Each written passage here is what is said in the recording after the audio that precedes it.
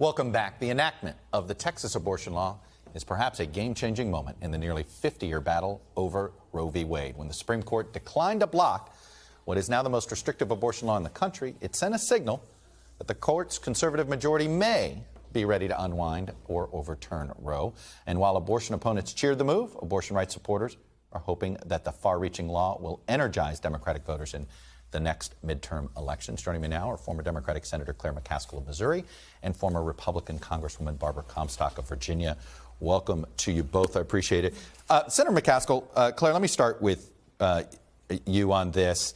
And that is this, how much of, what should the Biden administration be doing right now? And is there anything that Democrats in Congress or the Biden administration should be doing that can be done before the next election?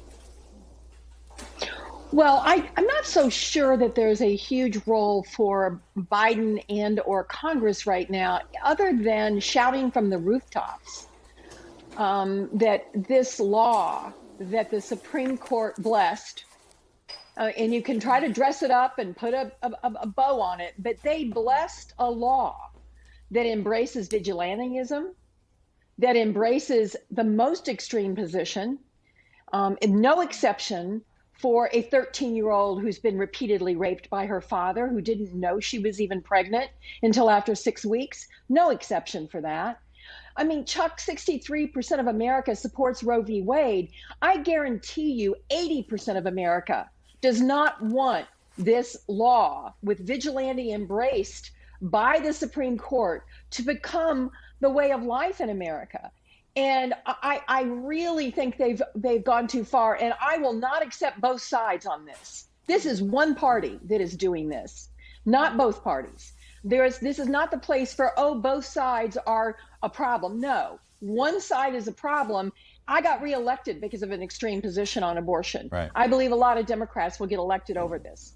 Former Congresswoman Barbara Comstock, do you accept that this is being driven more by one party this time, that you can't really have the both sides conversation on this particular topic? Well, this is obviously a polarizing issue, and this is a polarizing bill.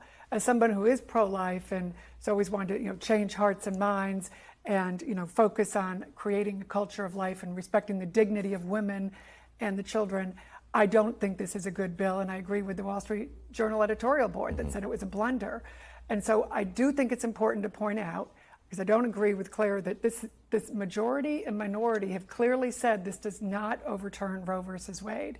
And secondly, a Texas county judge has already blocked the enforcement of it against Planned Parenthood, who didn't have a good legislative strategy. And this is a flawed bill that I expect, because these similar bills have been blocked before, and I think fairly quickly this will be. So I think neither side is going to be pleased with where the court may come down. I think the key issue on abortion from the original Roe decision is the viability issue. And that's where you've had Republicans usually focus is on, we had in, I think it was 2016, a bill on banning abortions after 20 weeks, which is sort of the viability area now. And the original Roe decision highlighted viability as part of that. So I think there needs to be having some calm conversation on this. I think the Supreme Court, when you look at whether it's, Bush v. Gore or the Trump election, these judges who got attacked as being, they were going to be Trump judges, look, they upheld the Obamacare decision. Let them take up these cases, which they will, I think, shortly.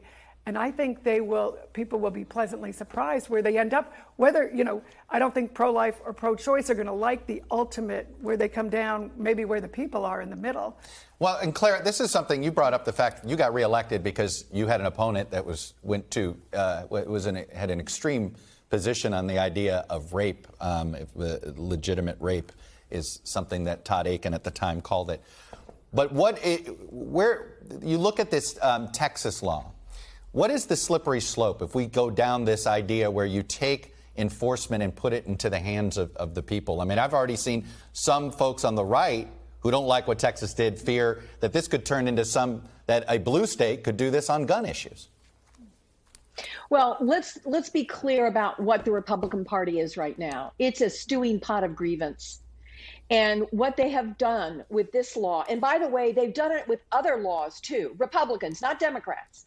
They've done it on what is taught at school. In my state, they've done it on whether or not local law enforcement enforces federal gun laws. In other states, they've done it on what rights people have that are trans.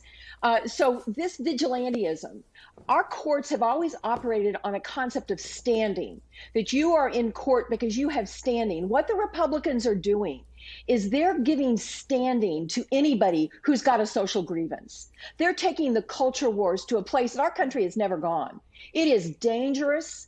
It is wrong, and the Democratic legislatures are not doing this. These are just Republicans doing this. And I think this goes in the column of they are only listening to their calcified circle of disinformation and conservative media. They think everybody agrees with them, and it's only about 20% of the country. 80% of the country is not going to like this. And I do believe, I don't want the Democrats to start doing this kind of BS. It's wrong. We should not be empowering vigilantes to enforce social grievance, whether it's guns, climate, or anything else. Well, Justice Roberts pointed out in his dissent, he was in the minority here, correct, no longer that this case of whether you can outsource to private parties is a very important issue, and I am confident that will not stand. So that's where all the focus and the inflammation is here. But as you just had that discussion with those governors, we have had a lot of polarization on whether it's January 6th or COVID.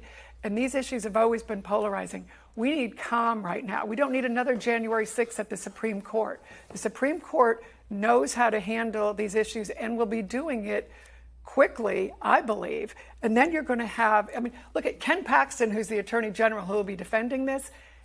He lost in court on Obamacare. He lost in 3 days. The Supreme Court kicked him to the curb on his bogus Trump things. Remember, there were a lot of Democrats saying, oh, these judges are going to uphold Trump. Trump even said it. What did they do? They kicked him to the curb. These are judges who follow the law, and that's why they will take up these cases, look at what the established law is, and have them briefed. And I think since the judge in Texas has already said Planned Parenthood can go forward, this is going to go through the normal process. Let me ask you a big picture question, though, in the Republican Party. Can you have Governor Hogan's position? He's personally pro-life, but he essentially allowed pro-choice legislation to pass. Can you have that position and be viable in a Republican primary?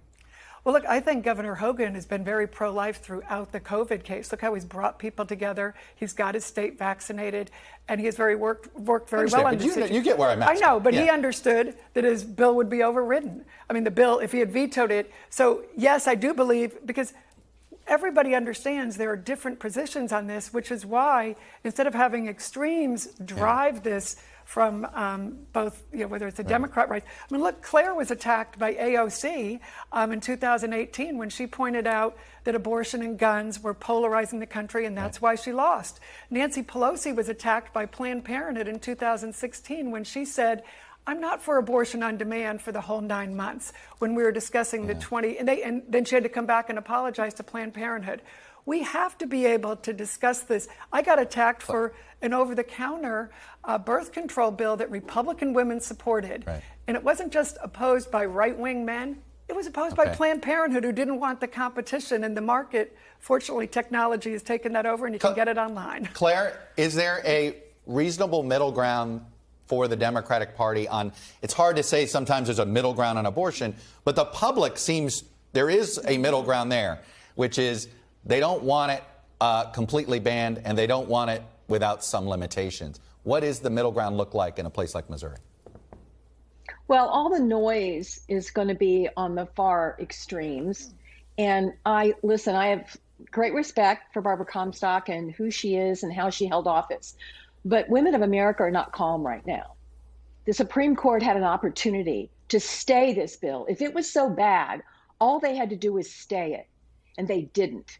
And that is telling, and that's why women are not calm right now. They are very upset over the idea that this is going to be allowed in any state in the United States. So is there middle ground?